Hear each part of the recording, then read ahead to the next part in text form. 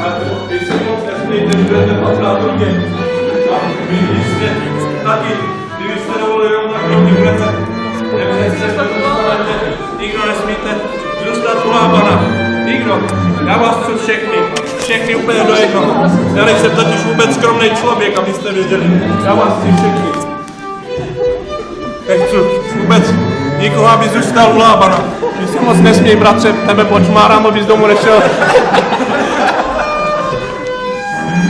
Přece nebudete, nezůstanete. Já budete taky dobrý chlap, nikdo nebudete u Lábana jistě. Dobře, zůstane tady jednou ještě. Tady se nám proti Lábanovi ověří, ale páně, prosím, ještě zůstalo věrný. Ale tady jsem ještě vynechal průhled, abyste si mysleli. Tak, ale...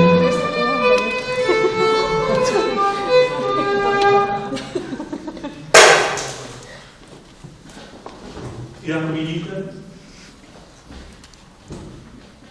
najednou je stálo strakat.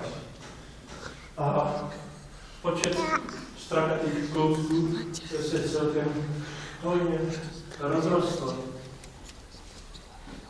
Proto opravdu neodejdu domů s prázdnou, jenom s početnými rodinami.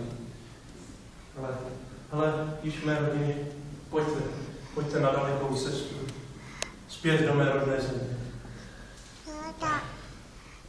Je to skutku dlouhá cesta. Postavte zde stanový tábor dnes.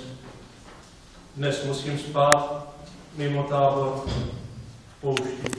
Potřebuji si odpočinout.